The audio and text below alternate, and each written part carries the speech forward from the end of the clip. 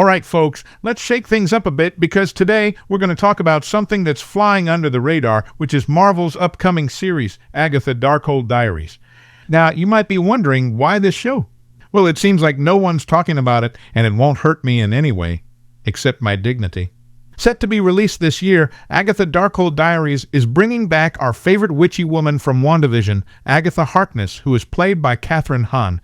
And I was actually surprised to learn that this was meant to be released this year, because literally no one has been talking about it, because everyone's busy writing Deadpool and Wolverine, with many people saying that's the only Marvel project to be released this year.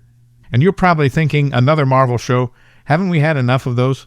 And yes, we have, but nothing is going to stop Marvel from investing millions into these shows.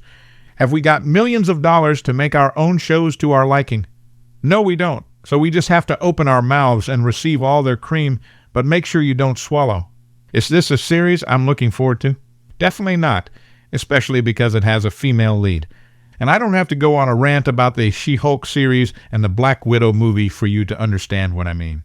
So, despite the lack of enthusiasm surrounding Agatha Darkhold Diaries, I say let's give it a chance.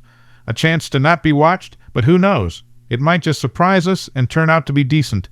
After all, don't forget some people said they'd rather off themselves than watch a movie called Guardians of the Galaxy when it was first announced by Marvel in 2014, and look at those people now.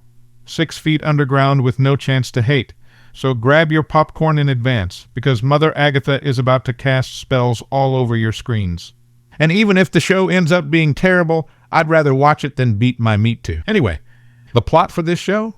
Well, Agatha is powerless after escaping from Westview, and she's teaming up with some unlikely allies to get her power back. It's like Ocean's 11, but instead of robbing a casino, they're trying to restore magical powers.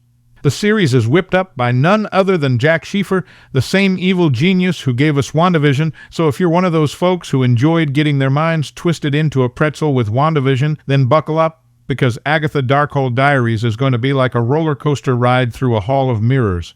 And here's the cherry on top of this sundae of insanity. The series is part of Phase 5 of the MCU, and I know what you're thinking.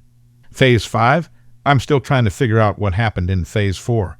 Well, my friend, in the world of Marvel, the ride never ends. So if you're a Marvel fan, this is one series you don't want to miss. Or maybe you do. I'm not your mother to tell you what to do, but I can be your daddy with a Z.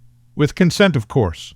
Marvel has also been tossing around names for this series like a hot potato, because one day it's Agatha House of Harkness, the next it's Agatha all along, and it's as if they're in a revolving door of titles and can't quite decide which floor to get off on. But Agatha, the powerless witch of Westview. Now that's a title that sticks.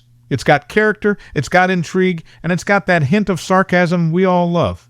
And whether you're a seasoned Marvel veteran or a newbie who thought Darkhold was some kind of fancy candlestick, this series promises to be a thrilling, if somewhat confusing addition to the MCU. So, mark your calendars, folks, because Mother Agatha is about to feed all of us breast milk with good content. And let's be honest, it's probably more exciting than whatever else you had planned to do when it gets released.